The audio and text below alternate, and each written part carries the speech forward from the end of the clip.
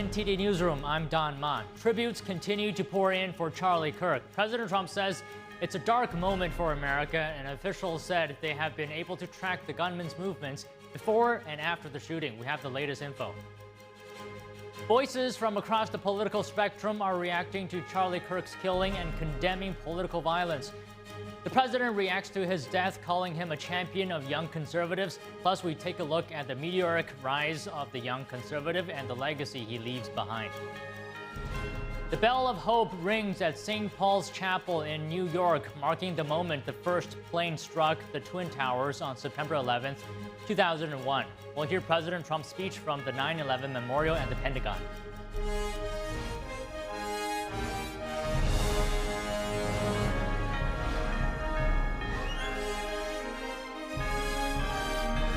This is NTD Newsroom, live from our global headquarters in New York City. Good afternoon. Thank you for joining us today. President Trump speaking at the Pentagon's Patriot Day Memorial Service, mourning Charlie Kirk and the lives lost in the September 11th attacks 24 years ago. We now go live to NTD's Mari Otsu at the White House. Good afternoon, Mari. What's the mood like there, and can you tell us more about the president's remarks this morning?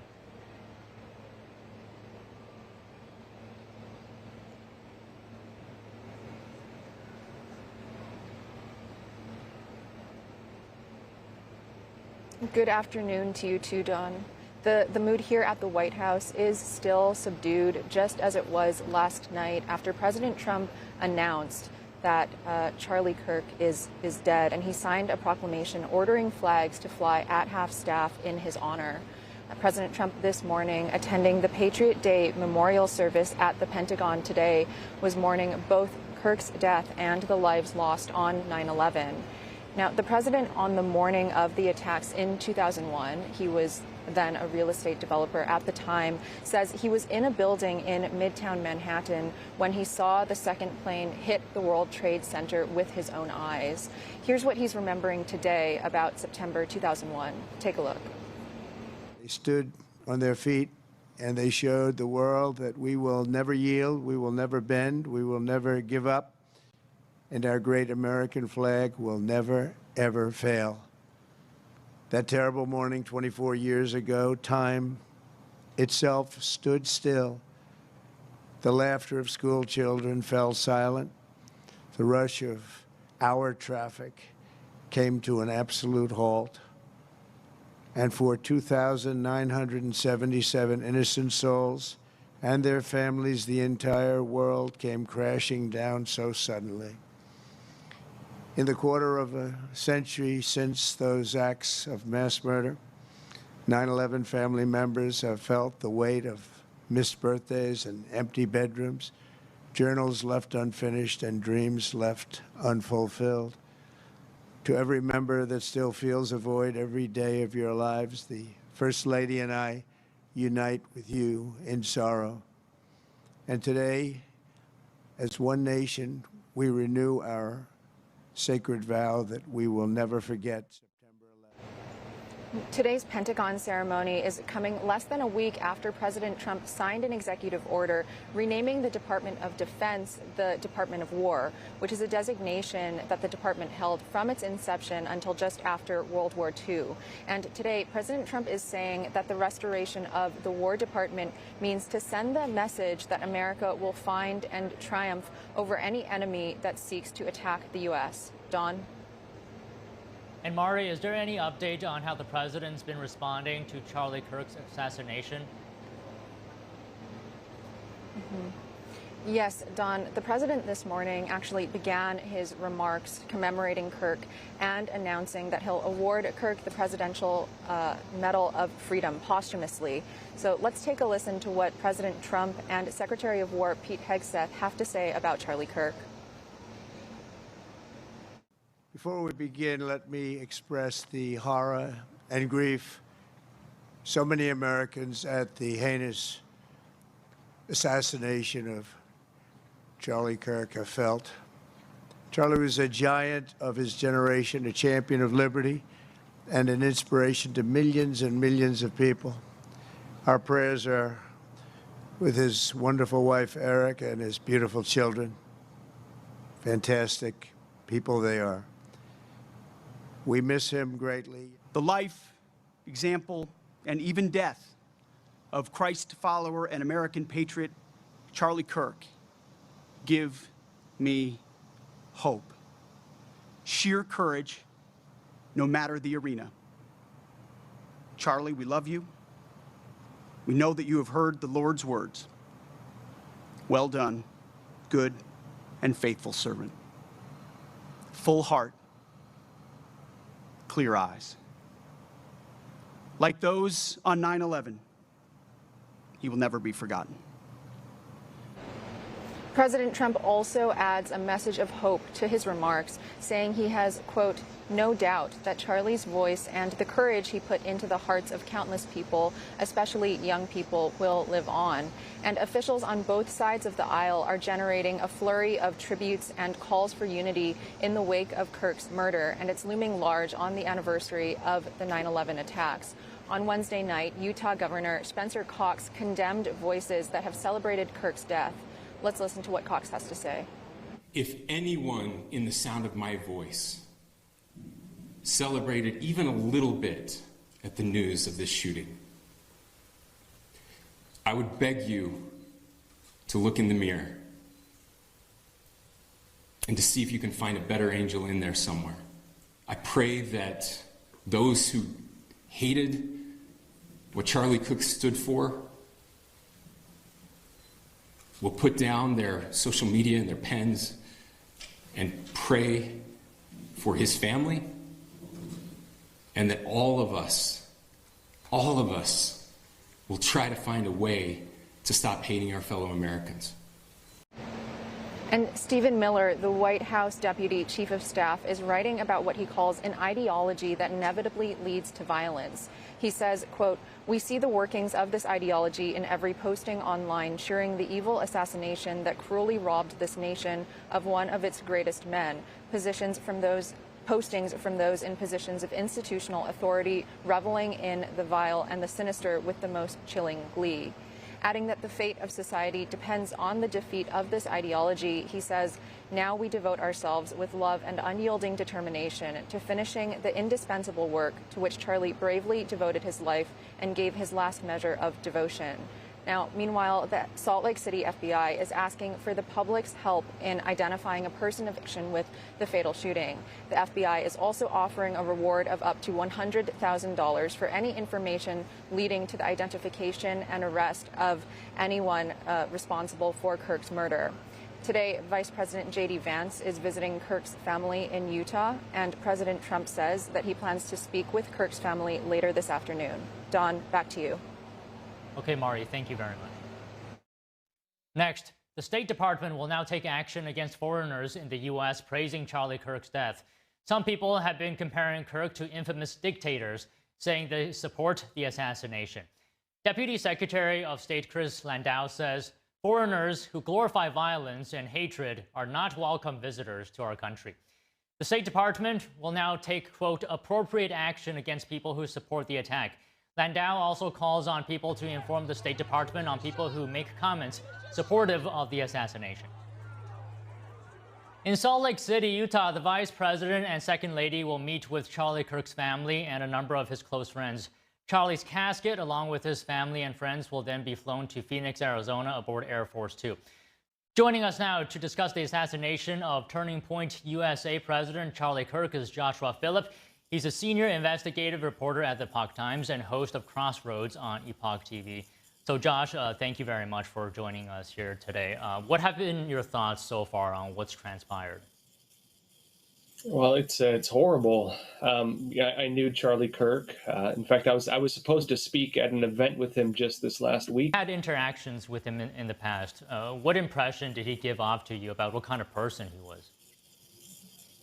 You know, Charlie Kirk, for a lot of the conservative movement and people who are more on that side of politics, he was kind of like a brother. A lot of people regarded him as that level of a peer. Even if you weren't you weren't like a super close friend with him, he never came off as mean or like, violent. He was all about really just engagement, having peaceful conversations. And I think that's going to be his legacy, that we should be able to have conversations across political ideologies. We should be able to have debates in the open, should be able to have conversations.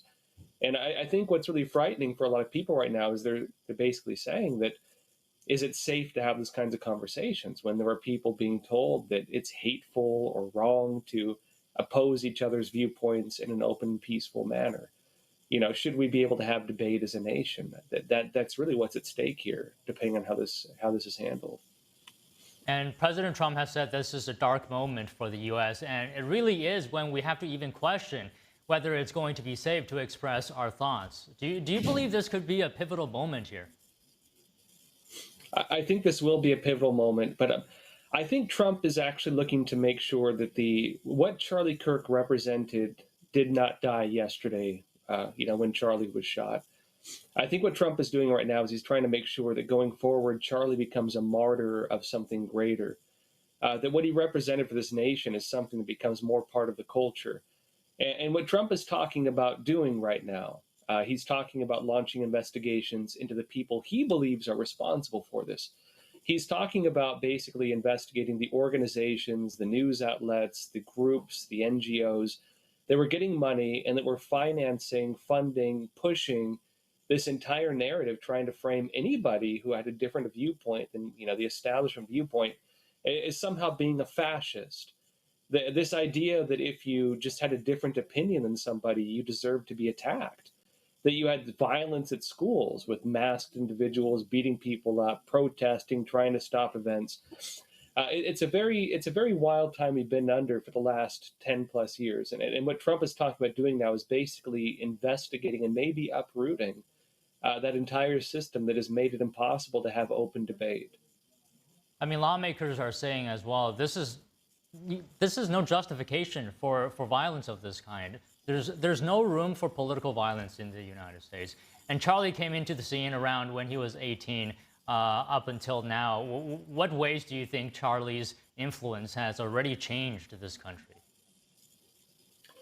It's been interesting watching the reactions of people across partisan lines. And while you do have some crazy people on like Reddit especially, and like Blue Sky, praising the death, saying we need more like this, and even calling for more violence, it's being met with a huge wave of people who are kind of disgusted by it. And you have a lot of people who, let's be honest, in this country, we are unfortunately very divided. We have very different political viewpoints across political aisles. And I think for a long time, we've not been able to see eye to eye with each other. It is interesting to see that a lot of people who were, in fact, very deeply divisive are having a moment of inflection. A lot of people are saying, I understand that maybe we don't always get along with each other. We don't understand each other, maybe. But I think we should all condemn the use of violence as a way to deal with these divisions. I know that, Senator Fetterman came out very, he's been more in the middle, politically, but he came out very, one of the first and really condemned this act of violence. You had Stephen Colbert come out and make statements on it. He's of course more on the left, and you've had people really coming out and saying basically, that we might have disagreements, but violence is not a way to solve that. Gosh, what do you think? Where do we go from here? What I'm worried about here is how can we prevent this from ever happening again? Well, I think we need to understand the cause of it. If you have people demonizing others, saying that having a different viewpoint is somehow the equivalent of violence, then what's the conclusion of that? Well, obviously, if somebody's acting in violence, then legally it's acceptable to use violent stuff to stop violence. If you start framing speech and offensive speech as being equivalent to violence, there are people who believe that violence is a okay tool to use to stop speech. And I think that is a terrible development we've had in this country, where there are people who believe that because the media has told them that for so long. I think we have people who've been brainwashed to hate this country. We have kids who believe that the color of your skin makes you inherently guilty of some kind of crime, and to an extent on both sides. I think that I hope that this country does a bit of soul searching, and I understand that there are people going to want to push restrictions on guns and so on. Look, you have people stabbing people. Guns are not the cause of it. Guns are a tool for use, but they're not the cause of it. I think we need to reflect on what the cause is, and I do believe that we've been gaslit to an extent. We've been gaslit to believe somehow that everybody else is our enemy, and I hope that ends. I hope we come together as a nation. Okay, Josh, I'll just close with this. What do you think Charlie himself would urge people to do in response to this? What do you think is the legacy he's leaving behind?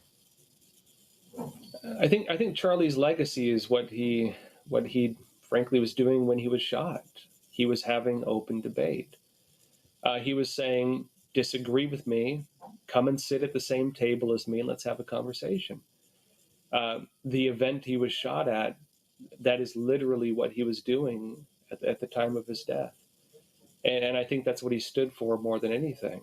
You know what? We might not understand each other, we might not agree with each other, but we can sit down at the same table and have a conversation.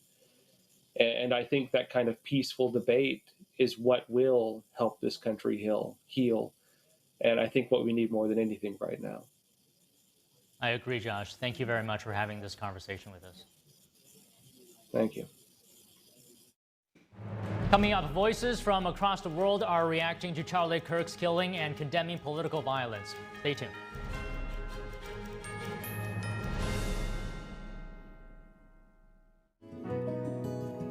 Looking for a healthy and smooth-tasting brew? Drop by Days Coffee Roasters today and explore our wide selection of specialty-grade, small-batch roasted coffee. Home to North America's first enzyme-fermented coffee, we source a wide selection of specialty-grade coffee beans from around the world, and our baristas are ready to craft your customized brew. Visit Days Coffee at 28 North Street, Middletown, New York. Come experience a brew like no other. I'm excited to announce that we're having a huge sale on overstock and brand new products. For example, MyPillow Percale bed sheets, every color, every style, every size, only $29.88. Our Percale bed sheets are breathable, cool and crisp, and they're perfect for spring and summer.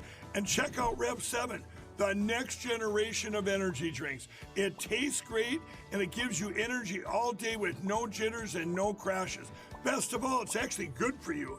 And for a limited time, try our 3-pack absolutely free. So go to mypillow.com or call the number on your screen. Use your promo code to save 20% on our Rev 7 12-packs, or try our introductory 3-pack absolutely free.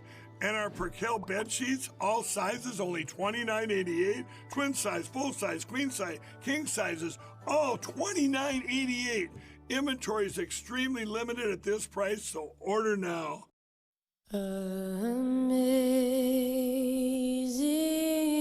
grace, how sweet the sound that saved a wretch like me.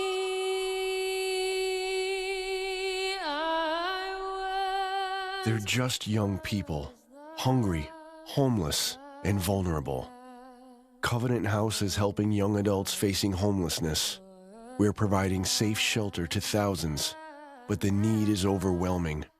Please call or go online now. With your gift of $19 a month, we'll send you this blanket as a reminder of the comfort your gift provides a young person tonight. You'll provide safe shelter, hot meals, and medical care. Call the number on your screen or go online to safeplacetosleep.org.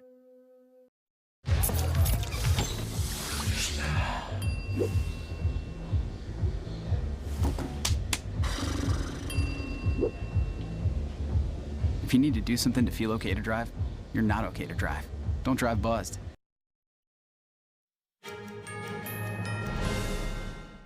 The impact of Charlie Kirk's assassination is being felt across the globe. World leaders are reacting to the fatal shooting. NTD's international correspondent Malcolm Hudson brings us more. Italian Prime Minister Giorgia Meloni posted on X, calling the news of Charlie Kirk's death shocking. Meloni called the assassination a gruesome murder, a deep wound for democracy and for those who believe in freedom. She also sent her condolences to Kirk's family, his loved ones and the American conservative community. Israeli Prime Minister Benjamin Netanyahu also weighed in on social media, saying Charlie Kirk was murdered for speaking truth and defending freedom, a lion-hearted friend of Israel. He fought the lies and stood tall for Judeo-Christian civilization. Netanyahu said Kirk's boundless pride in America and his belief in free speech will leave a lasting impact. Irish Deputy Premier Simon Harris said he was horrified upon hearing the news and said political violence is never acceptable. It's very easy for people to condemn violence, political violence, threats of political violence when it's against somebody that they agree with. It's actually more important that it's condemned when that violence is carried out against somebody whom you may have different views. British Prime Minister Keir Starmer posted his condolences to Kirk's family and friends on X. Starmer added, quote, "We must all be free to debate openly and freely without fear. There can be no justification for political violence." His Home Secretary Yvette Cooper added, "Political violence has no place in our societies." Reform UK Party leader Nigel Farage said Kirk's influence was not just large in America, but had a growing presence in Britain. Especially after he spoke at the Oxford Union last month. I absolutely believe in free speech, but we all understand there are limits to free speech. Incitement, constant personal vilification. I think it's incumbent upon all of us, whichever side of the divide we're on, however passionately we feel, to behave with personal responsibility. And I mourn the loss of my friend. Malcolm Hudson, NTD News. We have two guests now joining us to discuss the assassination of Turning Point USA President Charlie Kirk. Attorney Madeline Somerville, political speechwriter and strategist, and we also have Brad Palumbo, Steamboat Institute, Blankley Fellow and co-founder of Based Politics. Thank you so much both for joining us this afternoon. So Madeline, if I may, I'll start with you. Do you think rhetoric played a role here in creating conditions for attacks such as this? I think that the president's suggestion that rhetoric played a role in this is going to serve to divide us more.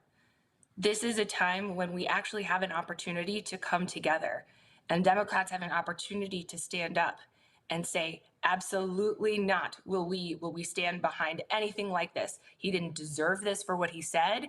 There's no justification possible for this. And Democrats would do well to say, let's come together on this issue, because this is what America is all about, is being able to speak freely for what you believe in.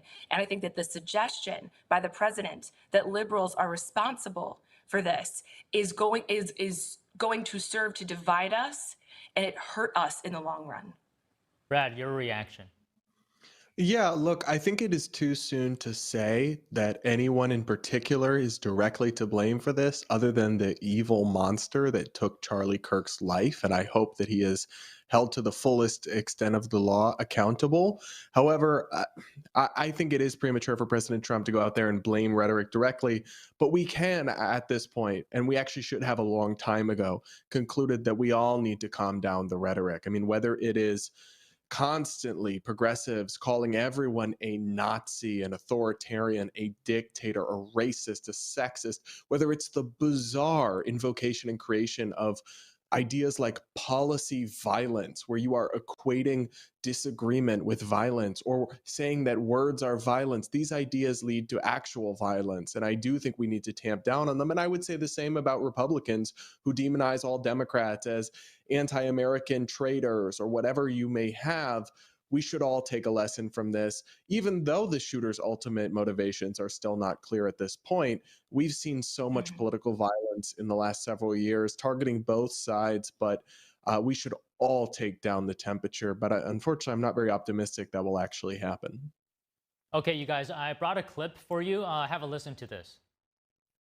Excuse me. full of. I go around universities and have challenging conversations, and because that's what is so important to our country, is to find our disagreements respectfully, because when people stop talking, that's when violence happens. I've never seen someone do this. Well, it's a growing trend because people like me are facing violence, assaults.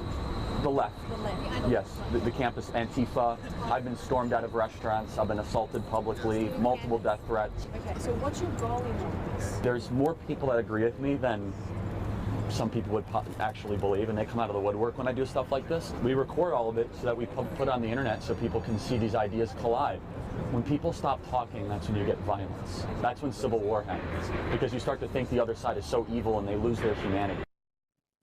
Madeline, you know, Charlie was really good with engaging with everyone, whether it's people that agree with him or people that disagree with him.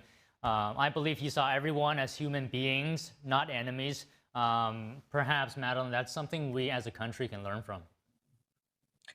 Everything that Charlie just said in that clip was wonderful and absolutely coincides with the values that every American has, because we do demonize the other side. We do see them as less than human, and it gets worse when the White House posts things like Democrats love crime, like they did yesterday, or liberals are the reason for violence. You are dehumanizing people once again. This should not be a political tool from the right or the left or anyone. What Charlie did was he brought civil discourse back, and he proved that the Democrats lost their ability to persuade, or maybe they just forgot that it was a thing in the first place, because that's a fundamental piece of democracy. It's what our founding fathers wrote about in the Federalist Papers, right? The goal is to persuade someone else that you're right. And he took that very seriously. And he saw a new generation of kids who felt stifled because they were at home after COVID, who got the ability to vote. And he said, they're open-minded and I'm going to persuade them. And it worked. And he did do that. And that did make him dangerous. But it also makes him somebody who stands up for American values. And if we disagreed with him, we needed to fight back, but in a way that is with words and not actions. Brad, I want to hear your reactions to the clip. Yeah, I think it's beautiful. I think it exemplifies the best part of Charlie Kirk's legacy. I disagreed with him on many things. I pushed back on his rhetoric at times, but what was he best known for? Going to these college campuses, sitting down and talking to people with whom he disagreed, doing massive debates on YouTube, Jubilee, 20 versus 1, 25 versus 1. That is what he'll be most remembered for. And I've watched many clips from those, as has basically anybody under 30, right? Because he was a master of social media and the algorithms and going viral.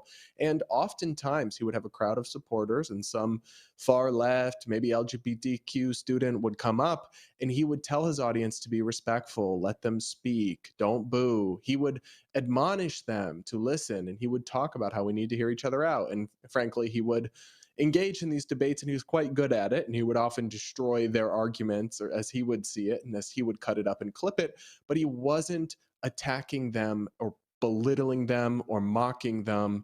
In almost all cases, he was engaging with the ideas and talking to people with different viewpoints. And I think that's something beautiful. I think that's something fundamentally American, and I think it's a legacy we should all learn from. So Madeline, I want to talk to you about the legacy that Charlie is leaving behind. What do you think is Charlie's biggest impact, and what will that be remembered as? I think it highlights the importance of civil discourse. I think that's what he's done. And I'm afraid that people will take this tragedy and say there's no hope anymore for civil discourse. That's what I'm afraid of. But here's the thing. When tragedies like this happen, it's not a sign that bad things can only happen in the future. It's literally a turning point, not to use his company's name in vain, but to actually use it in the way that I think he intended, which is, I think this is a turning point, right? Do we give up on civil discourse, or do we take this as an opportunity to remember that this is what we stand for and what we care about? And again, I do want to emphasize that the president's rhetoric right now, and Elon Musk's, and all of the people, not like my colleague here on the panel, because I respect his opinions very much, but there are a lot of other influencers out there that are demonizing and dehumanizing people in a way that Charlie Kirk didn't. So I'm hoping that this serves as a turning point, and that his legacy serves as a turning point in America so that we can come together and not further apart. Brad, final thoughts here. How do you think Americans can begin to properly honor Charlie's legacy? Well, I think there's two ways things can go. One of them is a path where we learn from this, we all come together, reject it, and we renew our commitment to civic discourse and dialogue and peaceful disagreement and coexistence. Honestly, I think that's what you've seen from most people, not all, but most people on the left and right in mainstream politics. Democratic politicians, Joe Biden, Kamala Harris, Obama, all came out and immediately forcefully denounced this. Obviously, Republicans have as well. But then there's another path. There are the fringe left-wing influencers cheering and dancing on TikTok and getting hundreds of thousands of likes, celebrating the murder of a father in front of his child. And then there's the right-wing people saying, this is war. Now we must destroy the left. I'm telling you, that way madness lies. That way unrest, civil unrest, and potentially even civil war lies. Charlie Kirk himself warned against that many times. So I'm hoping that we can see the better of our kind of twin spirit here and take the path towards light and reconciliation and coexistence, not towards more death and destruction and chaos. And I think that's what Charlie would have wanted as well. Thank you both for coming on today. Thank you. Thank you so much. Coming up, the Bell of Hope rings at St. Paul's Chapel in New York, marking the moment the first plane struck the Twin Towers on September 11th, 2001. Don't go away.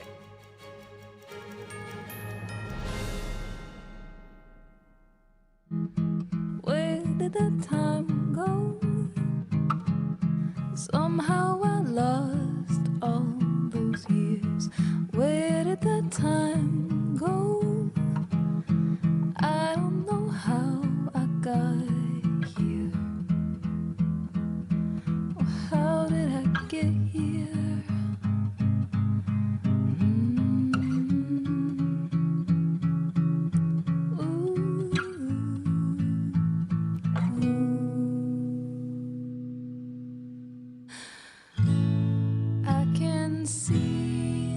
You've done the hard part. You quit smoking. Now do the easy part and get scanned for lung cancer. If you smoked, you may still be at risk, but early detection could save your life. Talk to your doctor and learn more at savedbythescan.org. I am so glad you ladies are here. You each have your own rooms. Thank you. Get settled in. I'll call you for dinner. Adopting teen sisters, it's a lot. Girls, you're gonna be late. You want breakfast? No thanks, we're good. They're always in their own world. What'd you get there? Twice the work. Twice the surprises. Just try it. Good. But if you think of it that way, they're also twice as fulfilling. You should ask her yourself. Is it okay to call you Mom? Of course you can.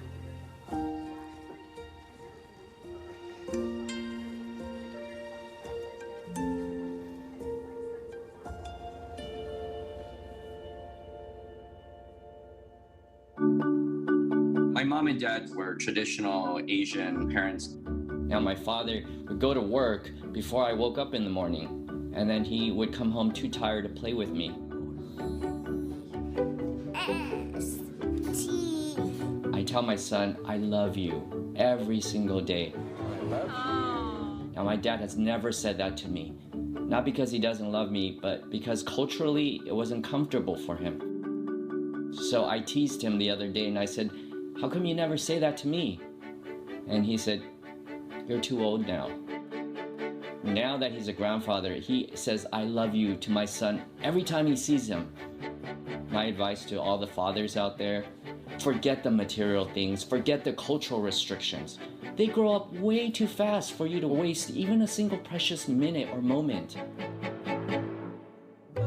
Say bye-bye. Bye-bye.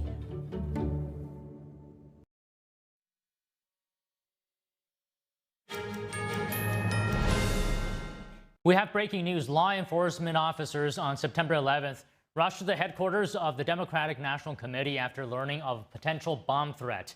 A U.S. Capitol Police spokesperson told the Epoch Times in an email, officers immediately responded and are currently checking the building and surrounding areas. So far, nothing has been found outside. The spokesperson also said, we are checking inside of the building out of an abundance of caution.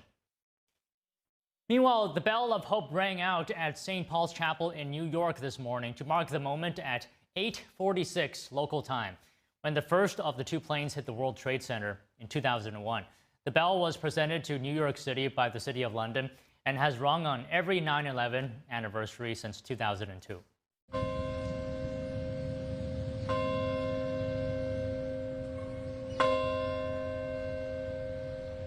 Lord, make us instruments of your peace.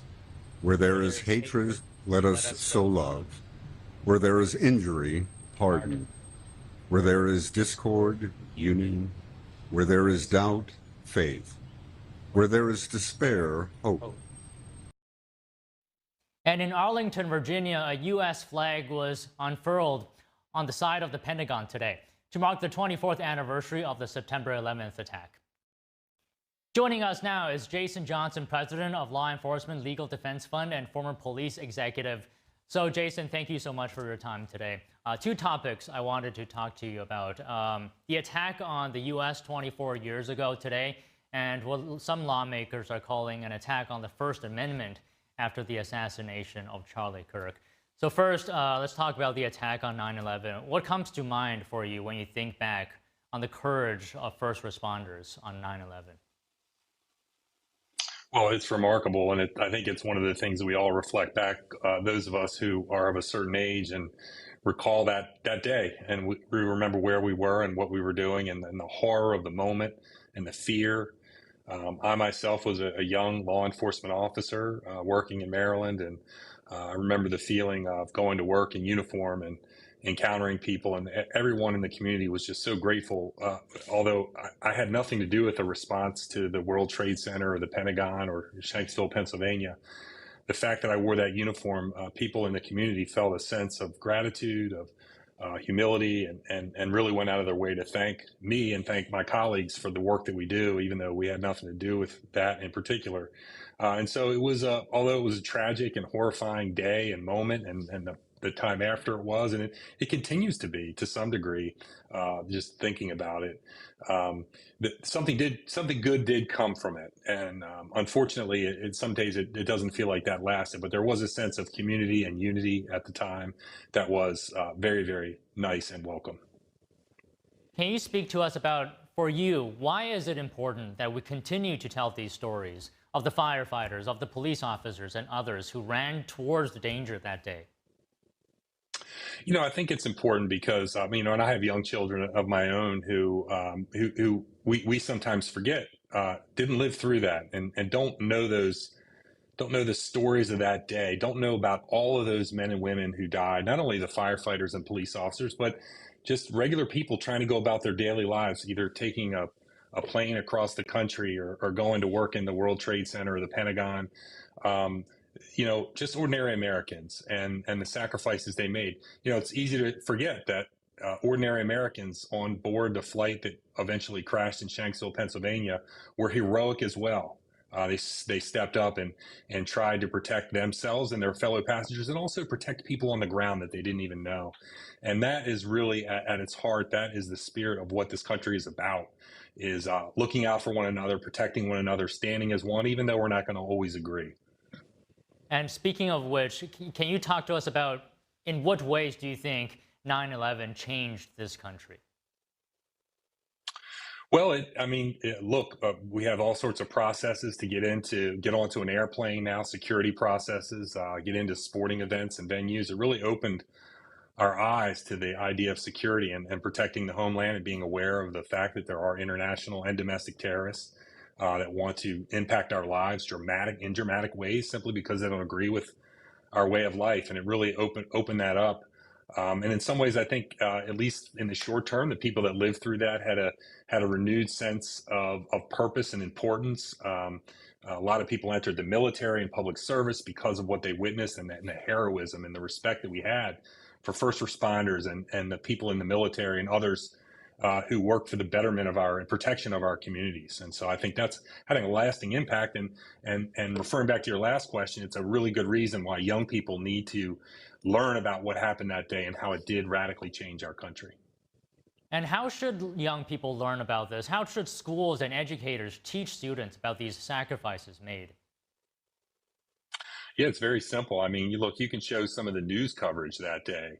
I remember being inspired just seeing the news coverage, and journalists who were there on the ground were chronicling the work that was being done at Ground Zero in New York City and here in DC at the Pentagon, and just showing those stories as they were told that day. They don't even need to be filtered through an educator today. It's well documented. What happened, maybe studying some of the lives of the people that were involved. Again, not just first responders, but also people who, ordinary citizens who stepped up that day to protect their fellow American, fellow community member. Very, very important not to forget those lessons. All right, Jason, I also wanted to talk to you about the horrible event that happened yesterday, the assassination of Charlie Kirk. What can you tell us about the manhunt for the shooter being carried out? Any angle you like to speak on that?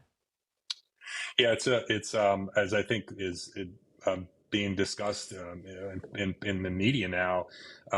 This is a full court press. So state, local, federal resources are 100% focused on this investigation.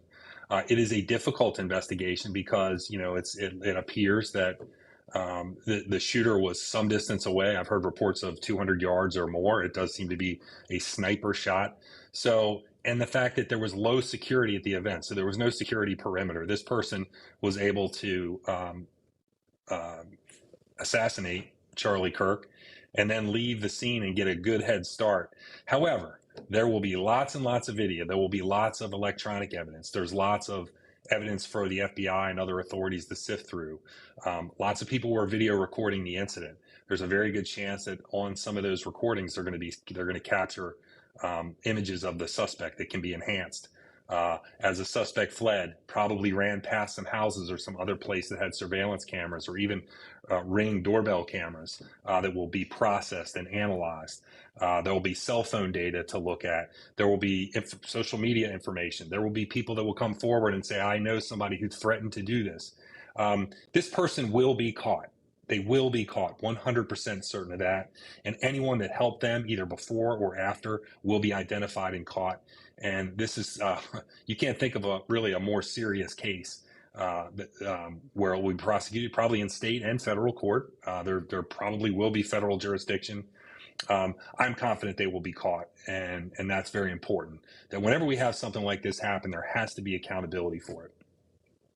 So we're getting latest reports that the FBI actually canceled or rescheduled a press conference about the assassination of Charlie Kirk due to rapidly unfolding events. We'll update our viewers on that a bit more later. But I want to follow up on what you're saying, that you're very confident that this suspect will be caught. What makes you so confident? Because the FBI is releasing images of the person of interest, asking for public input. So it seems like the FBI perhaps is needing help, right? So what makes you so confident? Well, law enforcement often needs help. Law enforcement doesn't always have all the answers. They rely on members of the community to come forward with information that they have. And it takes a long time to go through evidence. Of course, they want to make an arrest as quickly as possible. This person, whoever did this, is a grave threat to public safety. We don't know what they may or may not do next. They may flee the jurisdiction. They may flee the country. And so obviously speed and the quicker they can close this case, the more likely it will be solved. I believe the solution is very, very likely. I believe this person will be identified and caught. Doesn't mean it's going to happen today or tomorrow. But evidence has a way of building over time, and people come forward with information, and evidence has to be analyzed. He left, from what I understand, the reports are that this person left the firearm behind. That will be processed. Obviously, there'll be ability to potentially trace the firearm and figure out where it came from, or where it was stolen from, or where it was purchased. And through the course of the investigation, and of course, there are lots and lots of resources on the ground working on this case, and every lead will be able to be followed up on. Every tip that they get will be able to be followed up on. Every piece of evidence will be able to be analyzed by the FBI or others. And that's what gives me the confidence that this case will be solved. Okay, well, Jason, thank you very much for commenting on this topic today. Thank you for having me. Coming up, we take a look at the meteoric rise of the young conservative Charlie Kirk and the legacy he leaves behind. Stay tuned.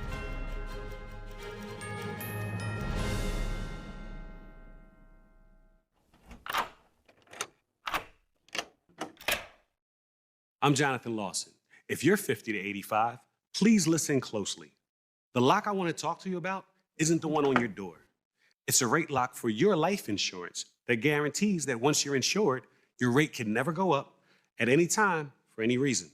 Many policies you see don't have one, but you can get a lifetime rate lock from Colonial Penn. This plan was designed for people on a fixed income with coverage options that start at $9.95 a month. That's less than 35 cents a day. Your rate is locked in for life. Coverage can never be canceled, and your acceptance is guaranteed. You cannot be turned down because of your health. See for yourself.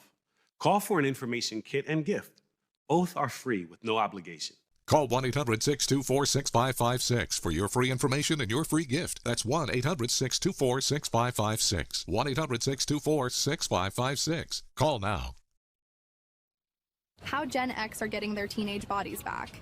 So this is my mom and this is my grandma. I recently posted a picture of the three of us and people were shocked. They are demanding to know your secrets. So what are they? Is it some new trendy diet?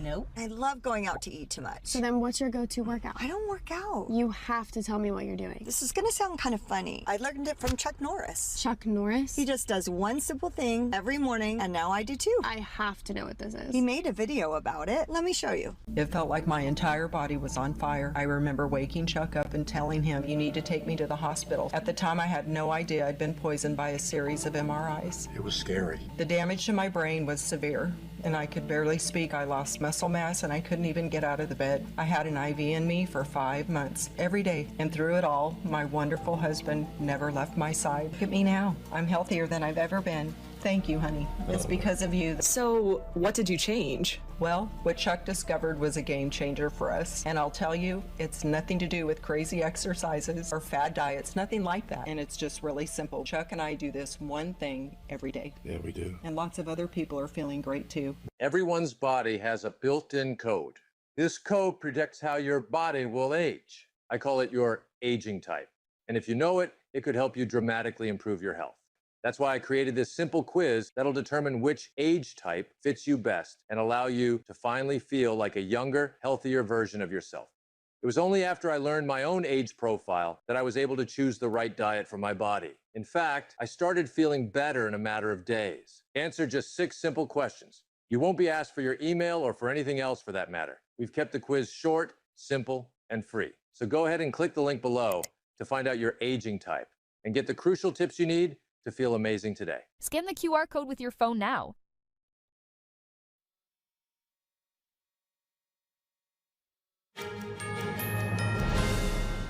And joining us now to give us his thoughts on the assassination of Charlie Kirk is Jan Jekielek, senior editor at the Epoch Times and host of American Thought Leaders. Thank you for joining us, Jan. So the manhunt for the suspect is still underway. Your thoughts on what's happened so far?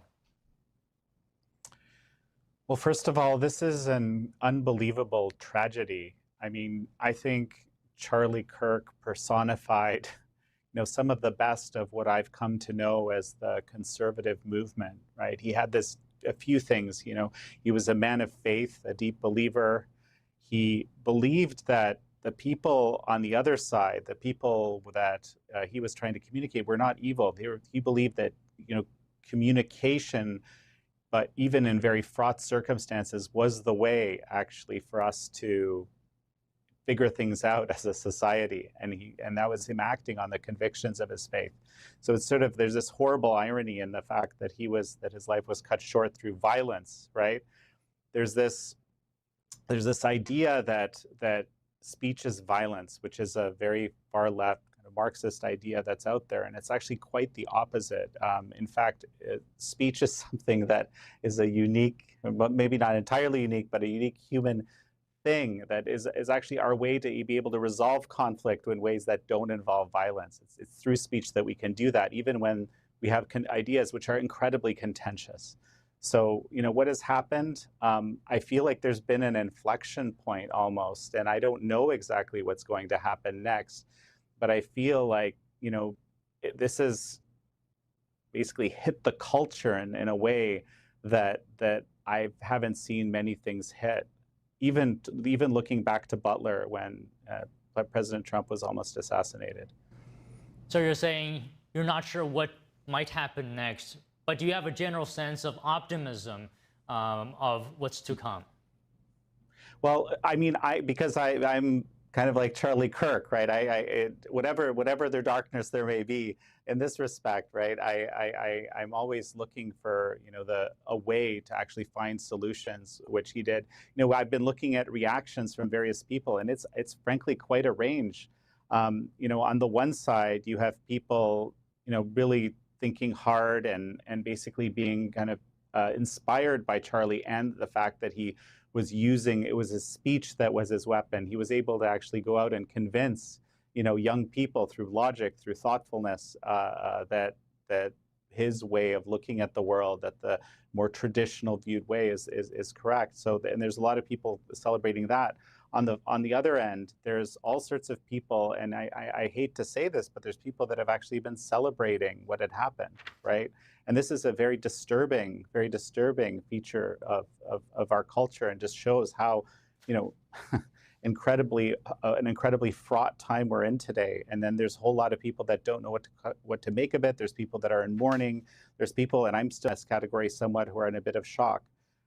So, I mean, what I hope happens, right? You said you mentioned optimism, is that we learn from Charlie's way, and we are inspired by it and enact that as our approach to solving our problems. So Jan, I was talking to our previous guests about rhetoric and whether that has played a role in fostering the conditions of what happened. And I just wanted to get your thoughts on this as well. Well, I think President Trump spoke to this a little bit in his address the other night. The bottom line is, right, you can have all sorts of disagreements. You can vociferously disagree with people.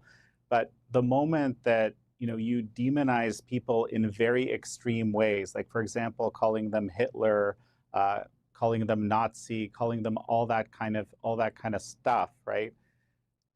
You kind of expect there's going to be unhinged people who will take this to heart. And I think this is something that we have to de-escalate from. And I have seen that, again, I'm optimistic.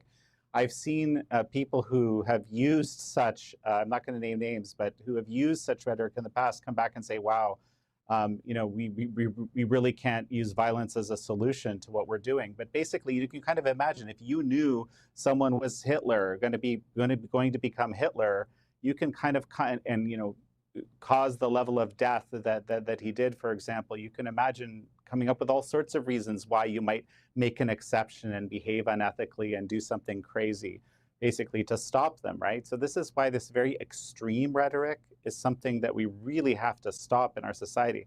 And I want to add that our adversaries, right? I'm thinking communist China. That's where my eyes go all the time. They're taking full advantage of this discord and so forth. There's even a clip I saw folks at China Uncensored pulled it out. You have one of these known CCP propagandists, kind of pushing this idea, basically pushing this anti-Semitic trope that Charlie had somehow figured out that the Jews did it. I mean, it's really horrible stuff. But our adversaries are looking to fuel this, and this is where we don't want to kind of fall down to our lesser angels, so to speak. We want to this is the time where we want to be thoughtful and rely on our reason and our principles. And Jan, we really need to find a solution to this, because we cannot have things like this be normalized. President Trump has called this a dark day in American history. How do we as a nation come together, have heated debates, but not resorting to violence?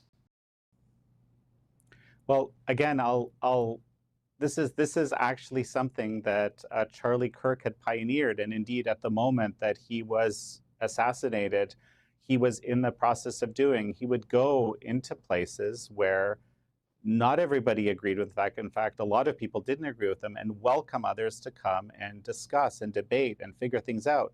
Maybe he could convince a few people. The key part, right, is that if we don't do that, if we sort of give up on the attempt to communicate with, let's call it the other side, right? That's the moment where we start resorting to violence to deal with our problems. This is what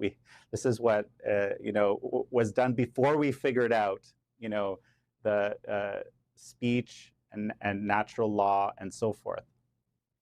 Okay, Jan, thank you very much for your time today. Should young Americans be fearful of engaging in political activities? Hear what senators on Capitol Hill have to say after the break.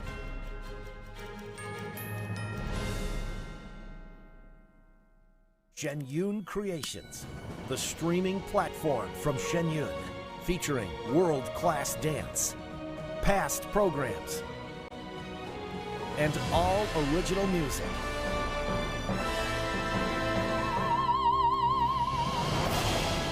Masterclasses, behind the scenes, comedy, and more. Explore shenyuncreations.com. Whispered across generations, a hidden secret unveils the essence of longevity and vitality, a timeless legend regarding energy and wonder.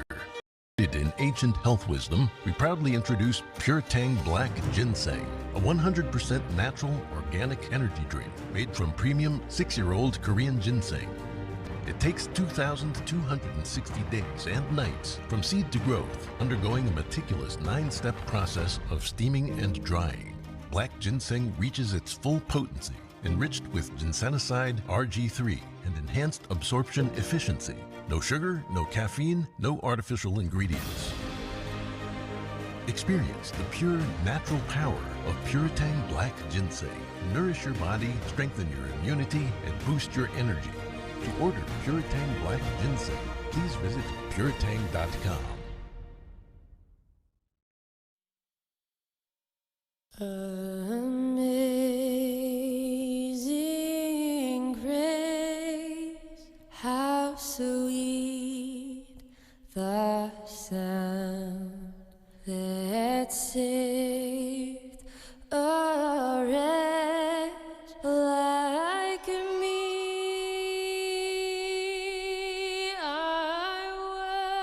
They're just young people, hungry, homeless, and vulnerable. Covenant House is helping young adults facing homelessness. We're providing safe shelter to thousands, but the need is overwhelming. Please call or go online now. With your gift of $19 a month, we'll send you this blanket as a reminder of the comfort your gift provides a young person tonight. You'll provide safe shelter, hot meals, and medical care. Call the number on your screen or go online to safeplacetosleep.org. Being a cowboy, I don't know anything different. I had a very successful career. Life was fast. I was preparing physically. I wasn't doing anything mentally. And then I got hurt. I dug into mental health. I wanted to be better as a person. I start my day with a workout. I live life 8 seconds at a time. Find a place to stop and just breathe. Love your mind. My name is Iris Tao, and I'm NTD's White House correspondent. I was born in China, mainland China, so I grew up, kind of like absorbing a lot of the Chinese propaganda, both in school, when it comes to newspapers, TV, and everything. But when I first came to the US, I moved here with my family, and then I was experiencing this cultural shock when I saw a lot of, let's say, human rights issues in China. So that's what kind of motivated me to actually start interning for NTD. In my current role, I actually report for both English NTD and Chinese NTD. So I think what drives me every day is a sense of responsibility, not only to the English audience, but also to the Chinese audience, which actually spreads both across the US, around the world, and actually a lot of them are inside China who uses like VPN or some other technologies to break through the firewall to watch NTD. So I think a big sense of responsibility comes from my urge to, tell them what's happening, how China